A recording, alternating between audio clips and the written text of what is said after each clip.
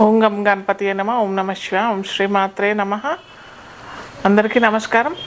So ఈరోజు మనము 2025లో ఏ ఏ గ్రహాలు ఏ ఏ ఫలితాలు అంటే మనకి ట్రాన్సిట్ అంటే గోచార గ్రహాలు ఏ ఏ ఫలితాలు ఇస్తాయి ఒక్కొక్క గ్రహానికి ఒక్కొక్క రాశికి అది మనం చూసాము. అయితే చాలామంది ఏంటంటే 2025 అని అంటే ఆదాయం వ్యయం కందాయ ఫలాలు ఇవన్నీ చెప్పుకుంటున్నారు. యాక్చువల్గా ఇవి మనం 2025 ఇది క్యాలెండర్ ఇయర్, మనము ఇంగ్లీష్ క్యాలెండర్ ఇయర్ ప్రకారం చూస్తున్నాం కాబట్టి ఇక్కడ మనం ఓన్లీ గోచార గ్రహాలు అంటే మేజర్ గ్రహాలు 4 అవి ఏంటంటే రాహుకేతు, శని భగవానుడు, బృహస్పతి. ఈ 4 గ్రహాలు ఎలాంటి గోచార ఫలితాలు ఇస్తాయి అవి చూసుకోవాలి. అంతేగాని మనము కందాయ ఫలాలు ఆదాయ వ్యయ ఫలాలు ఎప్పుడు చూస్తామంటే ఉగాది టైంలో, ఉగాది పంచాంగంలో మనము అప్పుడు మనకి ఏంటంటే చక్రాలు వేసేసుకొని జాతక ఆ గోచార అప్పటి నుంచి ఉగాది పంచాంగం నుంచి పంచాంగం మనకి ఋతువు కూడా మారిపోతుంది, మనకి ఆ సంవత్సరం కూడా మారిపోతుంది. కాబట్టి దాని ప్రకారం మనం లెక్కేసేది అది కంప్లీట్ డిఫరెంట్. ఇది మనం కేవలం చూసేది ఏంటంటే ఇక్కడ ఈ మేజర్ గ్రహాలు అని అంటే ఇప్పుడు ఇంతకుముందు చెప్పుకున్న గ్రహాలు ఏ ఏ రాశుల్లో మారిపోతున్నాయి, ఆ మారబోతున్న స్థితి ఏ ఏ రాశులకి బాగుంటుంది, ఏ ఏ రాశులు వాళ్ళు తగిన జాగ్రత్తలు తీసుకోవాలి అనేటివి మనం ఇప్పుడు చూస్తామన్నమాట. అయితే ఇక్కడ 2025లో చాలా పరిణామం పొందుతున్నాయి. ఈ రాహుకేతువులు ఒకేసారి మారుతున్నాయి. మనకి బృహస్పతి గ్రహం అనేది కూడా ఒక రాశి నుంచి అంటే తను ఉన్న రాశి ఇప్పుడు పోతే తను వృషభంలో ఉన్నాడు, వృషభం నుంచి మిథున రాశిలోకి వెళ్తున్నాడు. అలాగే శని భగవానుడు కూడా కుంభరాశి నుంచి మీన రాశిలోకి వెళ్తున్నాడు. సో చాలా మేజర్ ఈవెంట్స్ జరగబోయే ఛాన్సెస్ చాలా చాలా ఉన్నాయి 2025లో. ఎందుకంటే ఒకే సంవత్సరంలో ఇన్ని గ్రహాలు మారటం అనేది చాలా అరుదైన సంఘటన ఒకటవుతే, ఇక్కడ మరి ఇంకొకటి ఏంటంటే పైపెచ్చి ఏంటంటే మనకి బృహస్పతి కూడా మనకి మిథునం నుంచి మళ్ళీ కర్కాటకం నుంచి మళ్ళీ మిథునంలోకి వక్రి అయ్యి వెళ్ళటం, ఇవన్నీ ఒక రాశి నుంచి ఇంకో రాశికి కూడా వెళ్ళటం, ఇవన్నీ కూడా పరిణామాలు మనం చూస్తున్నాము ఈ 2025లో. అలాగే కేవలం బృహస్పతి కాకుండా శని భగవానుడు కూడా మనకి మీన రాశి నుంచి మేషరాశిలోకి కూడా వెళ్తున్నాడు. సో ఇలాంటి పరిస్థితి ఈ 2025లో చాలా పెద్ద మార్పులే అటు దేశ గోచారంకైనా కానీ మన పర్సనల్ వ్యక్తిత్వ జాతకాల్లో కూడా చాలా ఎఫెక్ట్ అవుతుంది. సో ఇన్ జనరల్గా నేను ప్రతిసారి చెప్తున్నాను ఏంటంటే మన రాశి ఏదైతే ఉందో ఆ రాశి ప్రకారం కాకుండా మన లగ్నం ఏంటో చూసుకొని అంతర్దశలు ఏం నడుస్తున్నాయి దాని ప్రకారం చూసుకొని ఈ గోచార ఫలితాలన్నీ అన్వయించుకున్నట్టయితే తప్పకుండా మంచి ఫలితాలు వస్తాయి. సో మొట్టమొదటిగా ఒక్కొక్క రాశి వాళ్ళకి ఈ గోచార గ్రహాలు ఎలా వస్తాయి అనేది చూసాము. అయితే ఫస్ట్ మనకు రాహుకేతువులు 2025 మే 18వ తేదీ నాడు మీనరాశి నుంచి కుంభంలోకి వెళ్తారనమాట. అలాగే శని భగవానుడు కూడా కుంభరాశి నుంచి మీనరాశిలోకి గోచార రహితంగా ప్రయాణం చేస్తాడు మార్చి 29, 2025. అలాగే గురు భగవానుడు కూడా మనకి మే 14వ తారీఖు నుంచి తనున్న రాశి ఇప్పుడు ప్రజెంట్గా వృషభ రాశిలో వక్రి అయి ఉన్నారు ఇప్పుడు బృహస్పతి. సో ఈ వక్రి అయిన బృహస్పతి 2025 మే 14వ తారీఖు నుంచి మనకి వృషభ రాశి నుంచి మిథున రాశికి వెళ్తారు. అలాగే ఇక్కడ చెప్పుకున్నాం కదా, ఇంతకుముందే చెప్పాను, వక్రి కూడా అవుతున్నారు శని భగవానుడు అలాగే గురు భగవానుడు కూడా. సో అక్టోబర్ నుంచి గురు భగవానుడు కూడా ఏమంటారు మిథున రాశిలోకి వెళ్తారనమాట. అంటే అతి వేగం ప్రయాణం చేస్తుంటాడు గురు భగవానుడు. కాబట్టి అతి వేగంగా ప్రయాణించి అక్టోబర్ 2025 చివరి సంవత్సరంలో అక్టోబర్లో మిథున రాశి నుంచి కర్కాటకంలోకి వెళ్తాడు. అలాగే డిసెంబర్ నెలలో మళ్ళీ కర్కాటకం నుంచి మిథున రాశికి వస్తాడనమాట. సో ఇంత పెద్ద పెద్ద మేజర్ ట్రాన్సిట్స్ అవుతున్నాయి కాబట్టి మన వ్యక్తిత్వ జాతకాల్లో కూడా చాలా గొప్ప పరిణామాలు, ఒక్కో రాశికి బాగానే ఉంటుంది, ఒక్కో రాశికి మధ్యంతర ఫలితాలు, అలాగే ఒక్కో రాశికి పట్టిందే లక్ష్మి అన్నట్టుగా ఇలాంటి మేజర్ ఎఫెక్ట్స్ అయ్యే ఛాన్సెస్ మనకి 2025లో చాలా చాలా జరుగుతాయి. ఎందుకంటే చెప్పా కదా, అసలు ఒక్క సంవత్సరంలో ఇన్ని మార్పులు జరగటం అనేది చాలా అరుదైన సంఘటన అనమాట. అలాగే మనకి శని భగవానుడు కూడా మనకి 2025 మార్చి 29 నుంచి మారుతాడన్నా కదా మీనరాశిలోంచి. మళ్ళీ మీనరాశిలోంచి మేషరాశిలోకి కూడా మనకి అతివేగం. శని భగవానుడు ఇన్ జనరల్ చాలా మెల్లిగా నిదానం, శనీశ్వరుడు అని అంటాం మనము. అంటే అంత వేగమైన గ్రహం కాదు, మెల్లిగా నిదానంగా ప్రయాణించి శని భగవానుడు కూడా అతివేగం వల్ల మేషరాశిలోకి ప్రయాణం చేస్తాడు అనమాట.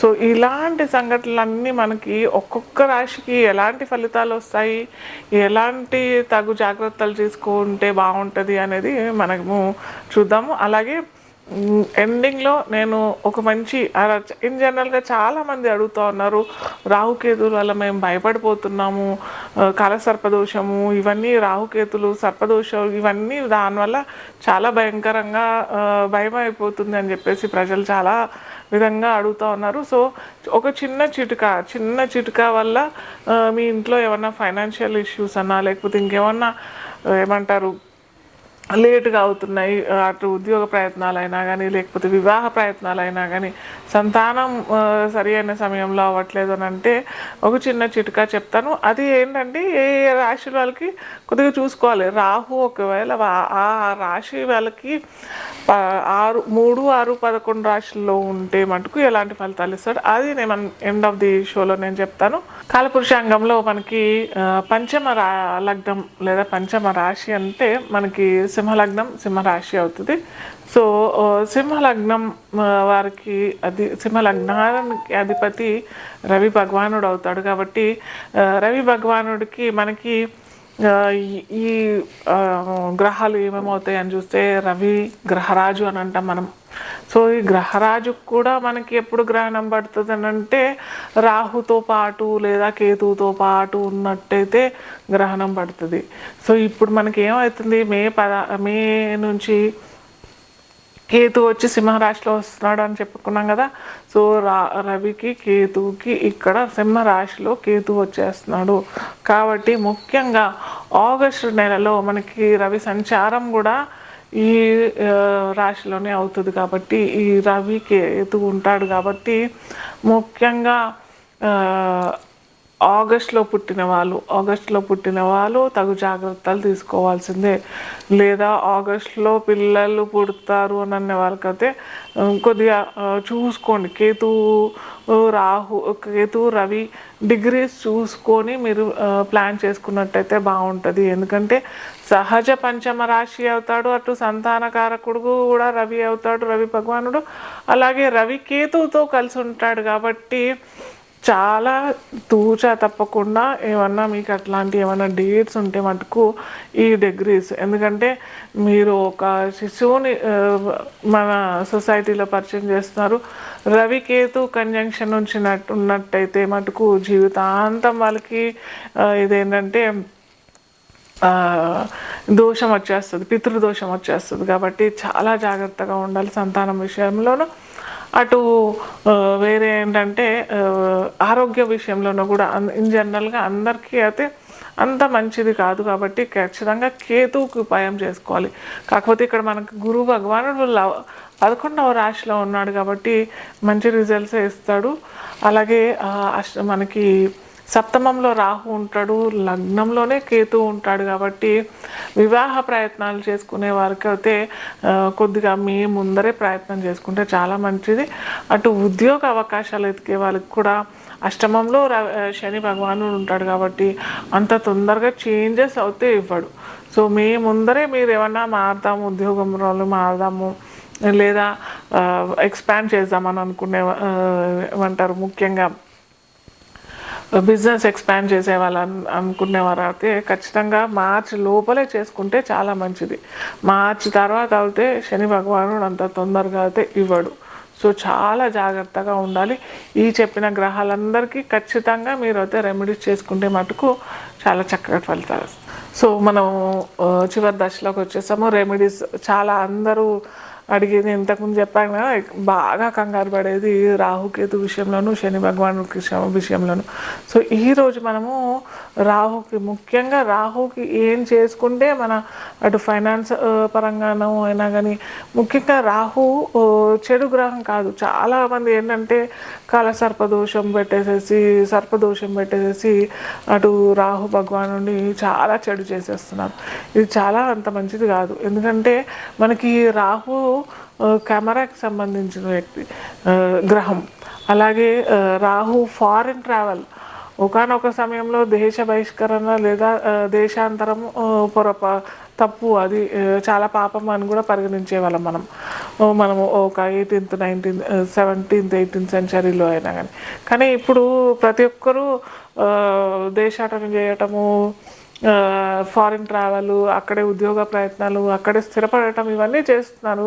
సో దీనికి అన్నిటికీ కారణం ఎవరు అనంటే, ఎవరిస్తున్నాడు అనంటే మనకి రాహు భగవానుడు ఇస్తున్నాడు కదా. సో అలా ఆ విధంగా చూసుకున్నట్టయితే రాహు మనకి చెడు గ్రహం అయితే కాదు కదా. ఈరోజు మనకి యూట్యూబ్ నడుస్తుంది బాగా, సోషల్ మీడియా చాలా చక్కగా నడుస్తున్నది, ట్విట్టర్ బాగా నడుస్తున్నాయి. ఇవన్నీ అనంటే మనకు సోషల్ మీడియా ఎంతగా పెరుగుతుంది అని అంటే దానికి ఎవరు కారకుడు? సినీ రంగం బాగా ఎదుగుతుంది. వీటన్నిటికీ కారణం ఎవరు? రాహు భగవానుడే లేకపోతే ఇవన్నీ కూడా మనకి ఉండేవి కావు. సో ఇటు చెడు గ్రహం కాదు. అందరూ కొద్దిగా ఈ మనస్సును ఏమంటారు, ఇలా చెడుగా ఆలోచించడం మానేసి రాహు భగవానుడు వీటన్నిటికీ కారణం అని అనుకుని చక్కగా, మీకు రాహు ఫలితాలు సరిగ్గా రావట్లేదు, రాహు దశలు నడుస్తున్నాయి, అంతర్దశ నడుస్తుంది అంటే దుర్గాదేవి ఆరాధన చేసుకోండి. అలాగే ఇంకో చిన్న చిటుక, మనం అందరం ఇంట్లో చాలా చక్కగా హాయిగా చేసుకునేది ఏంటంటే, మీరు వాష్రూమ్లో అంటే మీ టాయిలెట్స్లో అక్కడ బుధవారము శనివారం గుర్తుపెట్టుకోండి. ఎటువంటి సమయం అవసరం లేదు, మీ ఇష్టం, ఏదన్నా సమయం ఎంచుకోండి. అక్కడ ఒక అగ్గిపుల్ల తీసుకొని అక్కడ కాల్చేసేసి అగ్గిపుల్ల ఆరిపోయేదాకా మీరు అక్కడ ఉండిన తర్వాత అగ్గిపుల్ల పారేసేయండి. సో ఇది రెమెడీ. మీరు బుధవారం శనివారం చేసుకున్నట్టయితే రాహు భగవానుడు ఇవ్వాల్సిన ఫైనాన్స్ ఇస్తాడు. మీకు ఫారిన్ ట్రావెల్ అనుకునే వారికి, అటు అబ్రాడ్ ఆపర్చునిటీస్ కావాలి అనుకునే వారికి చక్కటి ఫలితాలు అయితే ఇస్తాడు. సో ఈరోజు ఈ వీడియోలో మనము ముఖ్యంగా శుక్రుడు ఎటువంటి ఫలితాలు, ఏ రాశి వాళ్ళకి, ఏ లగ్నాల వారికి ముఖ్యంగా ఎటువంటి ఫలితాలు ఇస్తాడు చూద్దాం. అయితే మనము శుక్రుడు ఎవరికైనా అందరికీ ఇంపార్టెంట్.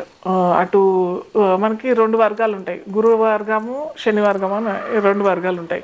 సో ఈ 2 వర్గాలకి మనకి శుక్రుడు చాలా ఇంపార్టెంట్. ఎందుకంటే మనకి అటు ప్లెజర్స్ అంటే ధన కనక వాస్తు వాహనాలు అన్నీ ఇచ్చేది మనకి శుక్ర భగవానుడే. అలాగే వైవాహిక సుఖం అనేది కూడా ఇచ్చేది శుక్ర భగవానుడే. అలాగే విహారయాత్రలు, చాలా మంచి కంఫర్ట్స్, లగ్జరీస్, మంచి కార్స్, మంచి డబ్బులు, మంచి నగలు, మంచి బట్టలు, వస్త్రాలు, ఇంకా ఏంటంటే ముఖ్యంగా శుక్ర కారకత్వం అంటే శుక్ర కణాలు పురుషులకి ఇచ్చేది కూడా శుక్ర భగవానుడే. కాబట్టి ఈ వర్గాలకి శుక్రుడు అవసరం లేదు, ఈ వర్గాలకి శుక్రుడు కావాలి అన్నట్టు కాదు. సో మనకి కావాలి అని అనుకుంటే మటుకు శుక్రుడు భగవానుడు మనకి మన అందరి జీవితాల్లో కావాల్సిన గ్రహం అన్నమాట. సో చాలామంది దాంట్లో ముఖ్యంగా నన్ను అడిగేది, అందరూ ఇవే అడుగుతారు కదా ఇన్ జనరల్గా, మాకు ఇల్లు కావాలి, లేకపోతే డబ్బులు ఫైనాన్స్ విషయంలో ఇబ్బంది కలుగుతోంది, లేదా వివాహం అవ్వట్లేదు, వైవాహిక సౌఖ్యం లేదు అని అన్నీ అడుగుతూ ఉంటారు. కాబట్టి సో దాంట్లో మన పర్సనల్ వ్యక్తిగత జీవితంలో ఒక్కోసారి అందరికీ చక్కగా ఉండాలి అన్నది ఏం లేదు కదా రూలు. సో శుక్రుడు ఎక్కడ ఏ ఏ రాశిలో ఒకవేళ షష్టమంలో తన లగ్నం నుంచి అష్టమం వ్యయంలో ఉంటే మటుకు శుక్రుడు ఇలాంటి అన్నీ మనకి ఇవ్వడు అనమాట. ఇవ్వాల్సిన ప్లెజర్స్ అయినా లగ్జరీస్ అయినా ఇవన్నీ ఇవ్వడు. సో వాళ్ళు ఏం చేయాలి? అలా వాళ్ళు ఇంకా మనకి శుక్రకారకత్వాలు తగ్గిపోయినట్టేనా? కాదు కదా. మనము ఈ జాతకం ఎందుకుంది, జ్యోతిష్యం ఎందుకుంది? ఎక్కడైతే అంధకారం ఉంది అక్కడ జ్యోతి ప్రజ్వలించేదే జ్యోతిష్యం. సో ఒక లైట్ త్రో చేసేదే జ్యోతిష్యం. సో మన పర్సనల్ జాతకాల్లో శుక్రుడు సరిగ్గా లేడు, సో శుక్రుడు సరిగ్గా లేడు అనేసి ఎలా తెలుసుకోవచ్చు అంటే, ఏ ఇంట్లో అయితే సరి అయిన టైంకి ధనం అందుబాటులోకి రావట్లేదు, వివాహ లోపం జరుగుతోంది, వివాహంలో ఆటంకాలు అవుతున్నాయి, లేదా వివాహం విచ్ఛిన్నం అవుతోంది, అలాగే ఇంట్లో ఏమంటారు లగ్జరీస్ లేవు, ఒక మంచి ఇల్లు కొనుక్కోవడానికి డబ్బులు లేవు, లేదా ఒక కారు కొనుక్కుందాము, ఒక వెహికల్ కొనుక్కుందాము అని అంటే లేదు అని అనుకునే వారికి నిజంగా అక్కడ ఏదో శుక్రలోపం జరిగినట్టే వాళ్ళ జాతక చక్రంలో. సో వాళ్ళు ఏం చేయాలి? ముఖ్యంగా నేను అందరి పురుషులకి చెప్పేది ఏంటంటే, మీరు మీ ఇంట్లో గృహలక్ష్మియే. శుక్రుడికి అధిపతి ఎవరు అని అంటే మహాలక్ష్మీదేవి. సో మహాలక్ష్మీదేవి ఎవరు ఇంట్లో అని అంటే గృహలక్ష్మియే. సో ఖచ్చితంగా అందరూ లక్ష్మీదేవి లాంటి మీ భార్యని పొద్దున్నే చాలామంది ఏంటంటే ఊసే ఇవన్నీ ఎక్కువగా వాడుతూ ఉంటుంటారు పురుషులు. సో ఇవన్నీ మానేసేసి చక్కగా ఒక 5 నిమిషాలు మీ భార్యతో గడిపి పొద్దున్న చక్కగా టీ తాగుకుంటున్నాం, ఇంకేదో చేసుకుంటున్నాం, ఒక 5-10 నిమిషాలు తనతో గడిపేసేసి తర్వాత ముఖ్యమైన మీ కార్యక్రమాల్లో వెళ్ళిపోవడం. అలాగే ఇంకోటి ఏంటంటే చిన్న ఉపాయమే కానీ చాలా పెద్ద మంచి రిజల్ట్స్ ఇస్తారు. ప్రతి శుక్రవారం మీకు వచ్చే ఆదాయంలోనే మీకు వచ్చే ఆదాయం ఒక 10,000 వస్తున్నాయి అని అంటే ఒక 100 రూపాయలైనా శుక్రవారం మీ భార్యకి ఇవ్వండి, మీ ధర్మపత్నికి ఇవ్వండి. ఖచ్చితంగా మీరు చూడండి, ఒక్క 6 నెలలు ఇలా ప్రయత్నం చేయండి. ఒక 10,000 వస్తున్నాయని వాళ్ళకి ఒక 100 రూపాయలు ప్రతి శుక్రవారం ఇవ్వండి. లేదా అది కూడా మీకు చేత కావట్లేదంటే మీ ధర్మపత్నికి ఏది ఇష్టమో, తనకి ఓ స్వీట్ ఇష్టమో, లేకపోతే తనకి ఇంకా ఓ చీర ఇష్టమో ఇచ్చేవాళ్ళు. ఓ 1,00,000 రూపాయలు వస్తున్నాయి నాకు అని అంటే ఏముందో డ్రెస్ తెచ్చియండి శుక్రవారం, లేదా ఒక చక్కటి చీర, పట్టు చీర, మీకు ఎంత తోచితే అంత ఇంత ఇవ్వండి అనేసి నేను ఏ రోజు చెప్పను. సో మీరు కనుక చేసినట్టయితే శుక్రవారం, అలాగే మీ ఇంట్లో మీ అమ్మాయి, చిన్న అమ్మాయి ఉంది, ఒక 10 సంవత్సరాల లోపల అమ్మాయి ఉంది, చక్కగా ఏదైనా మంచి కార్యక్రమం చేద్దాము, ఒక కొత్త కార్యక్రమం వెళ్ళబెట్టుకుంటున్నారు, ఉద్యోగంలోకి జాయిన్ అవుతున్నారు, ఒక వ్యాపారం మొదలు పెడుతున్నారు అన్నట్టయితే చక్కగా మీ అమ్మాయి కాళ్ళకు దండం పెట్టేసి వెళ్ళండి. ఏం కాదు, 10 సంవత్సరాల లోపలే ఉన్న అమ్మాయిలకే వర్తిస్తుంది ఇది. ఎందుకంటే ఆ అమ్మాయి కూడా లక్ష్మీదేవి, బాలా త్రిపుర సుందరి అమ్మవారు. సో అమ్మవారి స్వరూపం కాబట్టి ఖచ్చితంగా మీరు బ్లెస్సింగ్స్ తీసుకొని వెళ్ళండి. ఖచ్చితంగా మీరు అనుకున్న కార్యక్రమం నెరవేరకపోతే నన్ను అడగండి, ఖచ్చితంగా అవుతుంది. అయితే యద్భావం తద్భవతి అని అంటాం కదా. సో భావం కరెక్ట్గా ఉండాలి. ఏదో నేను చేశాను, మేడం చెప్పారు నేను చేశాను, అవుతుందో కాదో అని అనుకుంటే అక్కడ కూడా మీకు యూనివర్స్ అట్లాగే విశ్వం అలాగే వేస్తుంది ఫలితం కూడా. సో అలా కాకుండా అవుతుంది, ఇది నేను చక్కగా మా అమ్మాయి లక్ష్మీ స్వరూపంగా చూసుకొని వెళ్తున్నాను అని అన్న ఆ భావంతో మీరు వెళ్ళండి బయటికి. ఖచ్చితంగా మీరు అనుకున్న ప్రయత్నాలు సఫలీకరిస్తాయి. సో ఇది మాత్రం అటుకు చేయండి. ఖచ్చితంగా శుక్రవారం ఎటువంటి పోట్లాట మీ భాగస్వామితో చెయ్యకండి.